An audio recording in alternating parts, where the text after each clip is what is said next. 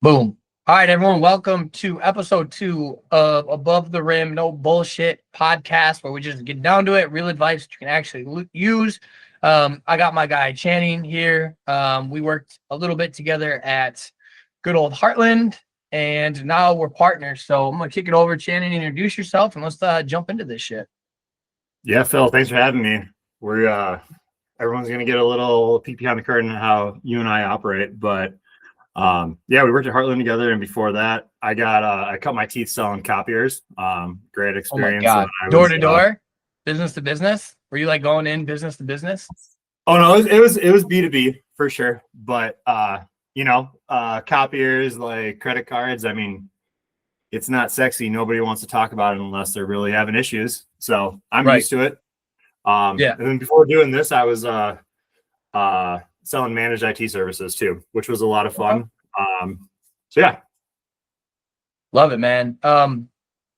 Perfect. So just jump into it, right? Like why partnerships matter. So the one thing that I want to say on this that I forget who told me this. Actually, I remember it was Nick Rivera.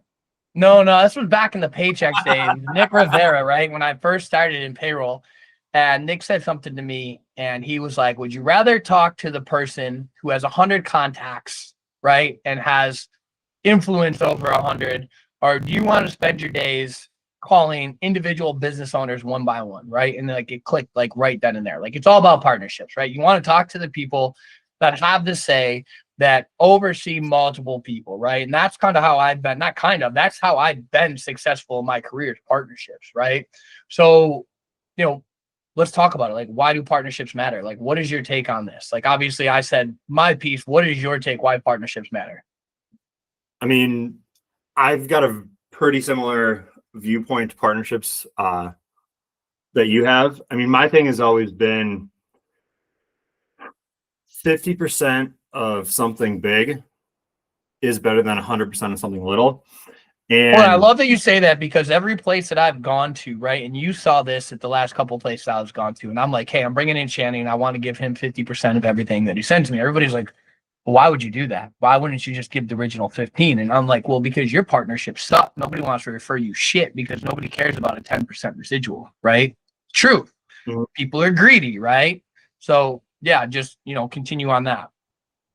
So that's a big piece. And then secondly, it's always about what the value prop is. Whether you're selling copiers, payments, payroll, HR, managed IT services, there's always going to be customers that you can go into and sell that because there's a need for it. Pricing is way off. They don't like their provider from a support standpoint. There's always going to be accounts that you can get that way. But it's about, everybody uses this, but how do you make that account stickier? How do you really strengthen and build a lasting relationship where no matter the ups and downs, because there's going to be ups and downs. And if anyone tells you there's not, then they're full of shit. Right. I mean, yeah, 100%. Like how do you weather the bad times? Yep. And my answer is you've got to create so much value that, okay, there's a bad time, shit hits the fan, it sucks, it's rough, but there's so much value that you've created that they're not even a question leaving you. I mean, obviously, and that's a part of the partnership, right? That's the power of the partnership, is that when you bring somebody in, like when I bring you in and when you bring me in, we're building that value. The attrition on that is low, because here's the thing, right? If it's bad, if something bad happens, but I brought you a merchant service client, right? They look at you as an extension to me. They're not just going to leave because they have multiple things with you, right? They look at payroll, merchant service, HR. They look at it all as one that went through me, or they look at it all as one that went through you. So having that good partnership strengthens and lowers your attrition. It really does. Your attrition goes down a lot when you have a great partnership. Yeah, and the last thing is, and I operate in threes. So the last thing is divide and conquer. I mean, if it's literally just me out there and I'm busting my ass to go do this, and there's a lot of people that do in there and they're extremely successful. So props to them. I'm not knocking them down, but I would rather work smarter than harder. So we can divide and conquer from a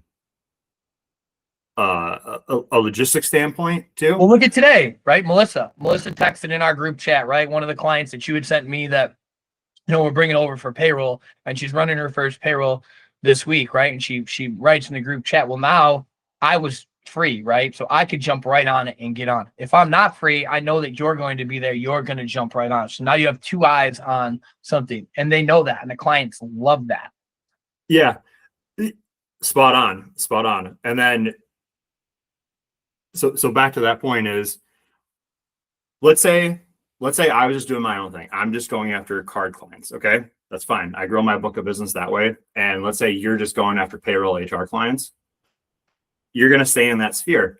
But if you can overlap, okay, all my card clients that I have, we're going to get a meeting set up, and that's going to lead to an opportunity for payroll revenue for me. Double your income. Also, more income for you on that side, inversely. And yeah, that's how people need to start. I mean, the work that you're doing, I'm going to benefit from it, and I'm not doing anything. Right. I'm not putting any added work, and vice versa. Like, and I mean, we've talked about this so many times. I don't understand how people don't think like that. It's not, I mean, you're not really, I mean, if you really look at it, you're not creating extra work for you. I mean, it's really the conversations that we have. You're already having the conversation, right? So when you have a partner that is in line with what you have, you already have that client on call, right? When you're selling credit card, when I'm selling payroll. So people out there in sales, you want to make more money, right? Like that's the whole point. We're in sales for one fucking reason. It's to make money. Nobody loves sales. I mean, I love it, but people will tell me I'm lying. But when you have partners like you, there's ups and downs. There's days you love it. There's ups and downs, right? Like there's definitely ups and downs. But here's the thing, right? When I have a partner like you, when I bring in my insurance partner, like when you can do the card, if I have an insurance partner, if I have a 401k, whatever it is.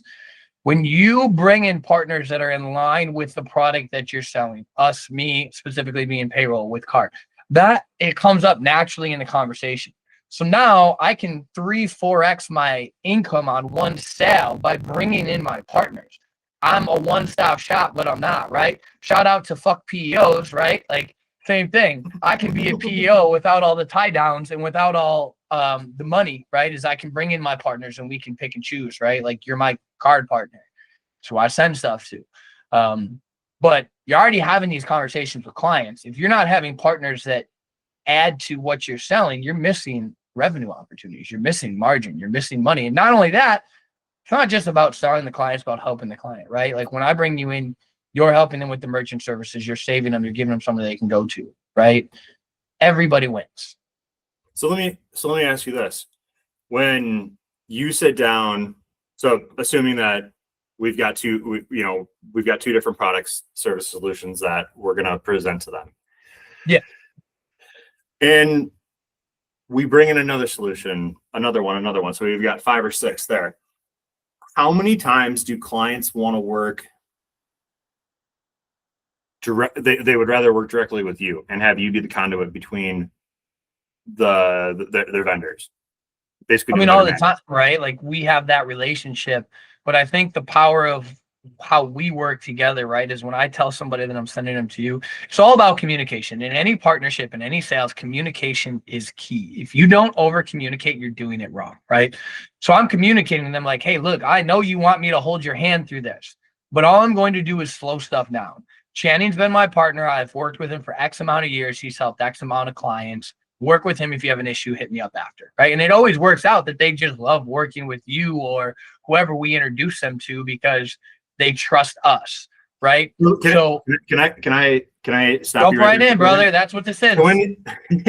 So you said something really, really key, and I just want to expand on that. When you said, I'm not doing anything more than just slowing the process down, that's crucial. But also what you're doing too is you're putting the cards out on the table and you're setting the expectation for what's required, what they can expect from that partner. Yep. And then also what the expectation is on their end. Because I think as salespeople, we all know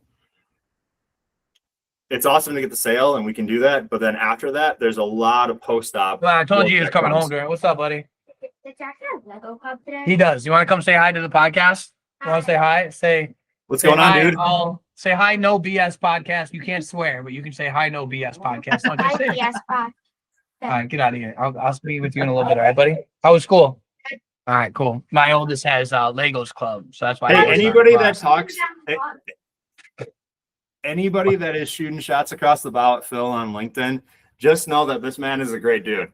He brought his kid on there and telling his kid not to swear. So that's true, and I bet you everybody watching this was like, "Oh man, Phil's gonna let him swear." 100% thought that. No, we can't do that, right? Can't do that. Oh, Not that's for the funny. public. But that's funny. yeah. So But no, I mean, it's yeah, like, go ahead. Sorry. No, it's.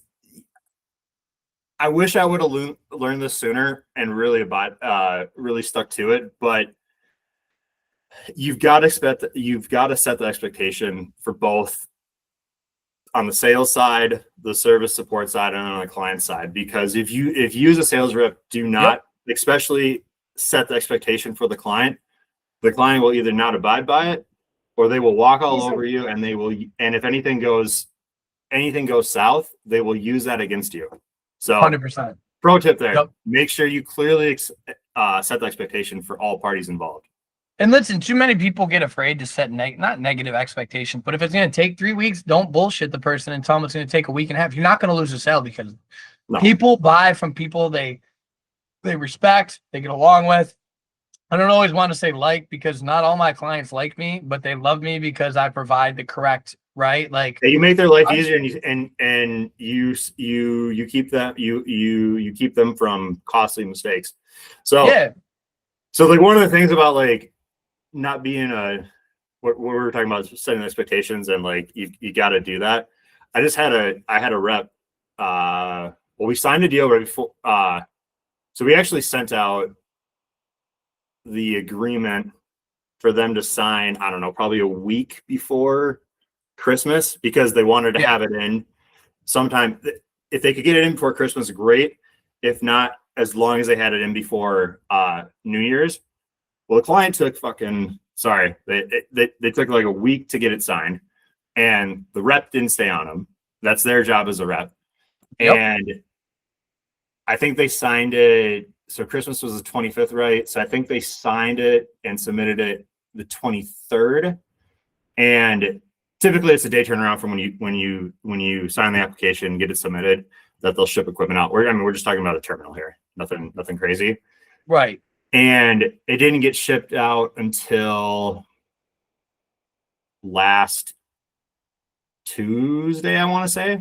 And the rep came to me, you said it was going to be next day shipping, yada, yada, yada. And I'm like, that's typically how it is. But you've got to understand, it's a holiday season. A lot of people are working skeleton crews.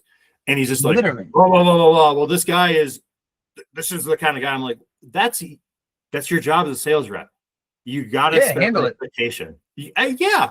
And it's like, too many people don't do that. And it's like, you wonder why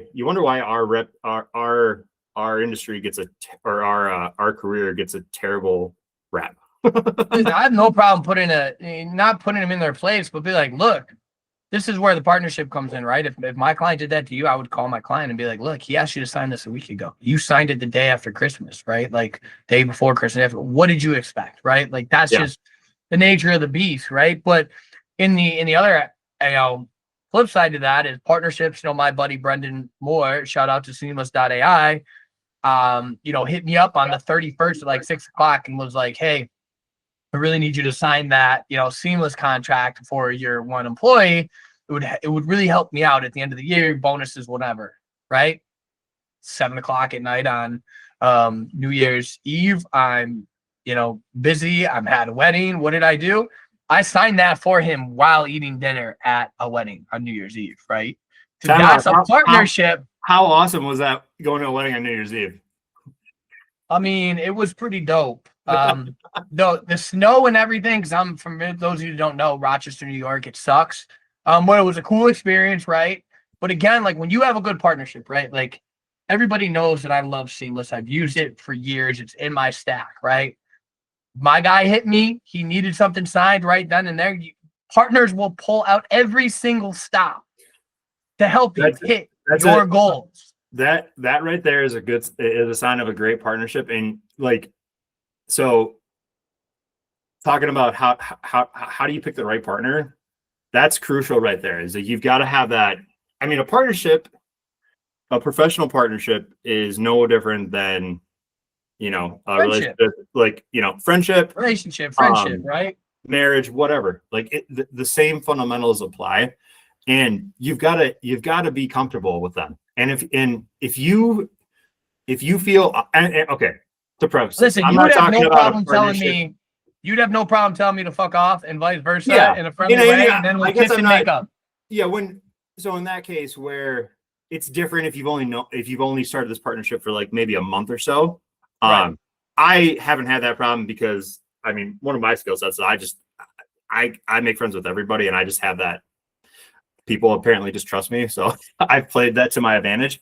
But if you can't ask that, or you don't feel comfortable enough asking something like that, that's a sign that it's not going to be a great partnership. And maybe that's on your end, that you don't feel comfortable enough asking that. Because if somebody asked me to do that to me, I love when people do that, because I know they feel comfortable with me. Now, if they keep doing that and they don't give anything back, then you understand, like, hey, that's a red flag. They're taking advantage of you. But talking about red flag, right? That's a huge one. We can jump into that in a little bit, but one-sided partnerships too, right? You see a lot of that in our industry. Honestly, it's more on my side than your guys' side. It's typically the merchant service guys flipping over more payroll deals, and the payroll guys flipping over, merchant services. But that's a huge part, and probably the biggest factor in ruining partnerships. So one-sided, right? Like, I talked to my guy Chris Vega over at Provident Bank, and one of the things that we talked about is most payroll reps, they've worked with a couple payroll companies, they walk in with their hands up, right? Whereas guys like you and I, when forming a partnership, it's like, hey, Chris, Provident Bank, what do you do? What is on your scorecard? Speak in their language, right? What's on your scorecard? What do you get credit for? Oh, you need to bring in and open new accounts. You want to do, business funding. You shout out to anybody in the Jersey, Philly area, right? Like hit up Chris Vega. He does business funding. But that's part of the partnership, is actually giving a fuck about what your partner is doing and what helps them, right? Like, I know your product, Channing, inside and out. And not just because we worked together, right, at Global Heartland, but because I actually give a shit to know, so that when I'm selling stuff or when I'm talking to a client, I can actively, intelligently talk about my partner's offering, right? That goes untalked about too much. Yeah. You care about it. I mean, yeah. whether you care because you don't want to sound like a dumbass, or you care because you want the bit, like, whatever your reason for caring, that's your reason. That's fine. It's three-pronged, right? I don't want to sound like a dumbass. I want to help out my partners. Actually, four-pronged. I want to help out my clients. I want to help out my partners. I don't want to sound like an idiot. And let's be real, we're all in this for the same reason, to make money. We gotta make a living. And if you sound like an idiot when you're talking about something, you need to know enough to be dangerous. You need to know enough to be that spearhead for your partner. And then once it gets in too deep, it's, hey, perfect. This is above my scope. Let me bring in Channing. Let me bring in Chris. Let me bring in Brendan. Right. So let's talk about that for a second. So you need to know enough to be able to intelligently talk about it. But I think that where a lot of people get they get in trouble is they either get so excited and they want to keep talking about it, or they've done it for so long, they've been around it, that they think they're like a resident expert. And then they start talking, and then they say something that's just wrong, and they can't walk themselves out of it. So like, at what point do you, what's the right point to hand that off to your partner? So for me, this is a great question, right? So let's say I'm talking to a client about, we'll just go with card, right? Because that's what you do. I'm asking the questions. Who are you with? How long have you been with them? Are you happy? Right? When you have an issue, who do you call? Like, that's my big one. Who do you call? And then it's just a simple, would you be open to a conversation? Coming with me, blah, blah, blah. Right? At that point, after my 3 or 4 introductory questions, I want to raise enough eyebrows, so to speak, to get that interest, right? And the ones that I see that they have an interest, you'll know because they'll start asking questions. I want them to ask questions. And once they start asking questions, I purposely don't, even if I know the answer, I don't answer it, right? This is how you bring your partners in. If you answer too many questions, you're going to miss the opportunity to bring your partner in, right? You want to know something, but you don't want to let them know that you know it all. So when they're like, oh, okay, well, what are your rates? Well, honestly, I don't know that answer anyways, but hey, do you have POS? Do you have this? Do you have that? Those are great questions. I don't want to give you the wrong answer. I specialize in payroll and HR, time and attendance. Let me get you on the phone with my partner. We'll book a meeting and you can have a 15-minute conversation with him. So it's knowing enough to grab that hook and get that interest, but it's also, you got to be, as the seller, you got to be smart enough to know when to cut that off. Even if you know the answers, you don't want to give it to them. The goal is to get that meeting with you, not give them enough information. My job isn't to sell merchant services. My job is to get them in front of you. Yep. And there's so many people, like, I mean, one of our partners right now, we had a conversation and he's like, I'm ready to go. Like, I can go do this. And I'm just like, not right now. Let's wait. Like, cause the worst thing you could do is try to think you could sell it. And then all of a sudden when it comes to something and you don't know the answer and I mean, and it's a very, very pointed answer and you've already led them to believe that you know this answer and you're caught like a deer in the headlights, you're fucked. It's game over. And this comes back to not so much partnerships, but the number one rule that I follow in sales, right? And if you're listening to this and you're new in sales, never lie to a client. It doesn't matter if you don't know the answer, right? A client, a prospect more so, they're going to respect you saying, hey, look, that's a great question. I don't have the answer to that. Give me 24 hours and I'll get it. Versus lying, right? CPAs in our industry will literally ask you a question that they know the answer to just to see if you'll answer it correctly. Yep. And once you answer it incorrectly, you lose them, right? So the other thing to that too, again, for new sales reps starting out, nobody wants to be like, I don't know the answer to that. Let me get that, because it makes you look as though you don't know what you're talking about. But it's the opposite. It's the opposite. But when people will give you, if like, hey, I don't know the answer to, they feel like the people you're talking to, they'll have like that disheartened look on their face, like that. It's not a bad thing. That's just a normal reaction because they want to know the answer to that. Yep. When you see that look on their face, it's okay.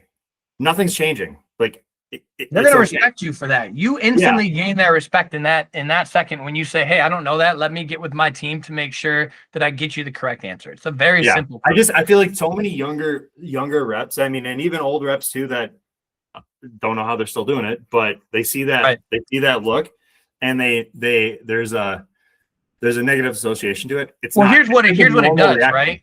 Not to interrupt, sorry, but like, here's what it does. You want to, every time when you're following up a lead, you want a credible reason to follow up. Why? I'm going to be honest with you. I'm going to put my secret out there. There's times that I will tell a prospect that I don't know the answer when I damn well know the answer. I own the business. I know the answer, but I'm going to pretend like I don't because I want to come back to you in 2 days with a credible reason to reconnect. I'm going to let you sit on it. Not everything's a one-call close. I know that you guys out there think everything I do is a one-call close. About 98% is, right? Those 2% that's not. I mean, listen, I don't think you sent me. I can test to that. I think I've closed every deal you sent me on the first call. But the ones that don't, and you know that there's some interest, but you're not sure where it's going, I will purposely leave a question unanswered and say, I'll get back to you in 24 to 48 hours. Because now guess what? When I call them, they're expecting my call. They're getting an answer they want, and now I have a second chance to re-engage. So if I know I'm not going to close that on the first call, I'm purposely leaving a question unanswered with a 24 to 48 hour time frame to reach back out. Not no bullshit of I'm following up or, the bullshit follow-ups that don't work. I have a legitimate reason now because I purposely didn't answer your question. Facts. Sorry, I had to yell at the kid to let the dog in. She's out there. So, but yeah, I mean, it's little keys like that, right? You want to talk about things that you can learn off podcasts like this. That's a huge advantage that you could put in your holster to use as a reason to credibly call somebody back and get them on the call. Facts, 100%. So I know a lot of people are probably wondering, like, okay, how do I go about picking a partner? Yeah, that's huge. I mean, so as you can see, I don't always pick the most handsome partners. Just kidding. I was my brother's Channing Tatum, so I kind of got the shaft there. You got the shit end of the looks. Yeah, yeah, but so I'm curious. So I'm curious to hear how you pick partners. I mean, it's not just like obviously like partnerships, picking partners. If there's a similarity to what you're already doing, You want to know how I pick a partner? Would I get a beer with this person? At a conference, at a normal day? Would I go out to dinner with him? Would I hang out with him? Would I be friends with this person in the real world? And that might sound petty, whatever, but all of my partnerships are built on friendships because I can trust them, right? You look at, Ross, right? Ross has worked with me at Heartland. He worked at me at Hourly, at the other place we don't name because they suck. And, now he's here with me, right? He's a friend. You're a friend. I'm just thinking about, some of the guys that I work with, workers' comp, right? Travis Bell out in Rochester, New York. I've known the kid for 25 years. He now sells workers' comp. I've hooked a couple of your clients up with Travis, who's the one client. Remember, so we had the one client, right? So this is why I pick partners like this. I call up Travis, hey, Channing's got a client who hasn't had workers' comp in freaking 2 months. And I know that you're not supposed to, like, can you help me, right? We're just going to leave it like that in case anybody. 80 grand or something like that. Yeah. It's And he got it reinstated, right? But this is the thing. This is why I'm friends. This is why having friendships is I called him and I'm like, listen, I know, like, I need a favor. I can't ask that from somebody that I'm not like legitimate friends with, right? He hooked me up. He gets all my business. Michael Craig out in PA, he does benefits and stuff for me. Same thing, right? Hey, I need a favor. I need you to help me out on this, right? Another guy, Jackson, that I work with out in PA that does benefits. Same thing. Hey, can you cut your teeth a little bit more on this and save? So for me, it's, can I build an actual friendship with this person that goes beyond just selling? Because when you have that friendship and you care about the person, that partnership is tenfold. It's 10 times better than it would have been with some random stranger that you don't give a shit about. Oh, that's just me personally. Yeah. And so to add to that, like, I know it's jumping ahead, but like the communication, like, there's no rules on this. I know. But like like what's your communication cadence, or like how much are you talking to people? I think, as like you just said, I mean, it's a friendship. So I mean, with your friends, I mean, my friends, I can hit them up whenever. It doesn't matter. There's not like a scheduled time or it's. I mean, dude, how much do I text you? I text you bullshit every day. We talk every day. Me and Ross talk every day. Me and Travis talk 3-4 times a week. Michael Craig, I talk to him 3-4 times a week. I'm talking to all of my partners multiple times a week. Even if just checking in. Yo, what do you need from me this week? How are you doing this month? Do you need anything? Right? I try to talk to them as much as I can, right? Because that's how you strengthen that bond. That's how you build that relationship. That's how you build that trust, right? I mean, let's talk about Heather Reed, right? So when I was on my ADP rampage, right, and we met Heather Reed, guys, if you want some great comedy to read, just go on Phil's. What was that, like 2 weeks ago? That start 2 weeks ago, Christmas? Yeah. Dude, you guys have got to go on there. I mean, it was gold. It was fun, right? But like, again, so like this partnership was, and a lot of partnerships you don't expect to happen. You're not looking for them, right? And like, today she sends me a text, says, got a contact needing payroll for you, right? This was off of a LinkedIn. We talk a couple times a week, right? We've met on Zoom calls about building a partnership. You got to have a lot of communication. When I was at Heartland, right? Every year I was there, I was the #1 Stronger Together rep, and it wasn't even close. I was blowing everybody out by $100,000-$200,000 every year.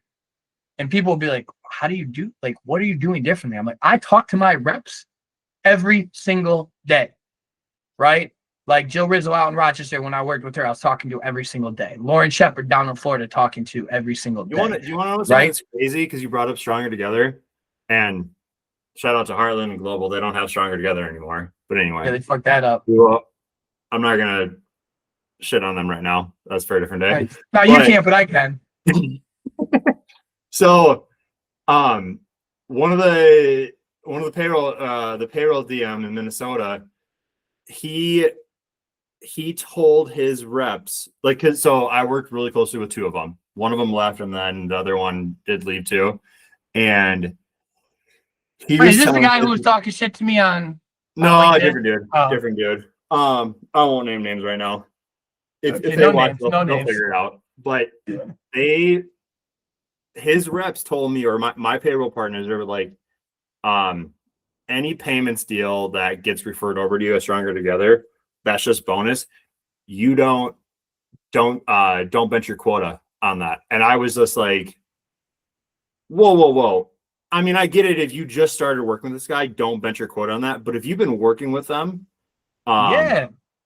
if you've been working with them for several months and you're exchanging multiple deals every month and you've got stuff in the pipeline, you should be allowed to put that into your quota for your monthly numbers of what you're working on. And I just and they preach Stronger Together, and they would have outings where, once a month we would go out with our Stronger Together partners. And it was funny. They always asked me and Andy and Ted to lead it because that's what we did. And I was like, if you look at my Hey, shout out to Heartland. look No, at what's that. say? Number Number one one. sales rep. Oh, I guess I was lying about that. That was for the haters on LinkedIn. Hey, and for all those people that think I'm an asshole, right? What does this say? This says regional culture champ. You can't. It's fuzzy. There you go. It's Pull it back a payroll little at the bit. regional culture champ. So I might be an asshole, but people like me. Okay. But that's why people partner with me, right? Yeah. But you're Well, right. I mean, when I was at Heartland, I counted on 25 to 30 grand a month from my card partners. yeah. And I mean, and without a doubt. I mean, if you go over the reporting and you look at that, where it's what's your percentage of deals and what percentage are Stronger Together? I mean, it's gone now, obviously, but mine was always at 50% or above. It's like, and part of my thing is like, same. I always, if I'm providing opportunities and leads for my partners, they're going to provide it back because I'm going to keep them always fed. And because I mean, I look at it as like, okay, I want to make sure I'm doing right by you. I want to make sure I'm doing right by my clients, my partners. And if I'm not giving you enough leads, or if it's one-sided, I'm not doing right by you. Why the hell would I think they're going to do right by me? They're not. And again, it goes back to what I said right away. I'd rather have 50%, or if we got to bring in a third partner, 33% of something massive versus 33% something small. So yeah. That's what people don't realize is the bigger picture, right? I give everywhere I go, I give 50% to every partner I bring in. And people look at me like I'm crazy. And then they see the numbers that I put up and they're like, how do you do that? I'm like, because my partners actually make money by referring me. I mean, the one client you sent me at the last place I was at, you got a check for $5,000. Yeah. When they ran payroll, $5,000, right? Like, and now look at talk about what's his face from I can't remember what car company that wanted to he hit you up on LinkedIn about doing a partnership, and you were just like, well, it's 50-50, and he's just like, my reps will not go for that. You only get like 30, yeah, bro. 35%. He was like, my reps will give you like 20 to 30%. We'll ship you a deal and you get 20%. They get 80. I go, you're out of your fucking mind, dude. Why? No, like I give everybody 50. I want 50. Every partnership for me is 50-50, right? Everybody.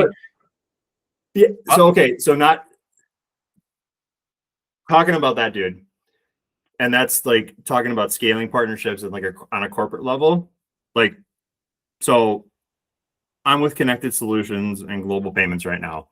But with Connected Solutions, our core focus is M&A, but there's multiple other things that we do, and it's more of like connecting we're being that facilitator, connecting different people there. But as we grow, we're looking at negotiating and having corporate partnerships. So I'm thinking of this dude that owns his own ISO. They've got a few hundred reps.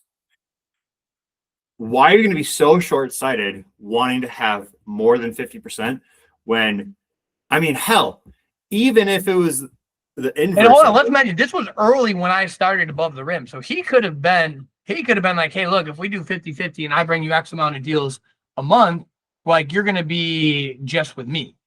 Right. And that's the thing too, is like, I just refer you. I just refer, when I have certain deals, like Travis gets my workers' comp, right?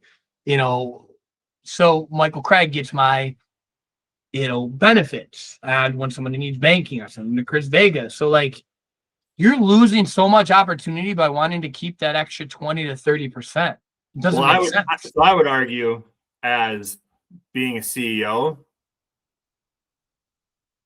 you're so short-sighted. So I would argue, should you really be CEO if you can't see that value? Because that's, we're not talking about CEO and leadership and everything, but in my opinion, what a job of a CEO is to do is to make sure all departments are running smoothly, and they're the ones that are having the vision. Well, let's be real. I'm going to talk myself up here for a second, but what a dumbass, because there's not a SMB rep in the industry that brings to the table what I bring to the industry. And that includes my partners like you and Michael and Chris, right? It's nobody brings to the table what I bring to the table. There's not an SMB. And this anybody watching this, if you think you can beat me in 2026, we can bet a year's salary. We can bet whatever you want. I'll make a belt. Hey, Derek Pentingberg from Heartland, right? We've been talking. He's too scared to meet the challenge. So anybody out there, we can go. I'm taking odds too. I'm the bookie for this. Yeah, he's the bookie. My point is, like, you're going to turn down a rep who's going to bring you 500 deals a year because you want to keep 20 to 30%. Well, now you just lost all of that, right? And that's how I look at it. If I didn't offer you 50%, you're going to find somebody out there that's smart enough to offer you 50%. Yeah. Right? So people look at it like, well, you paid him $5,000 out of your signing bonus of 10K. And I'm like, correct, but I wouldn't have had 5,000 at all of the 10K if Channing didn't refer that business to me.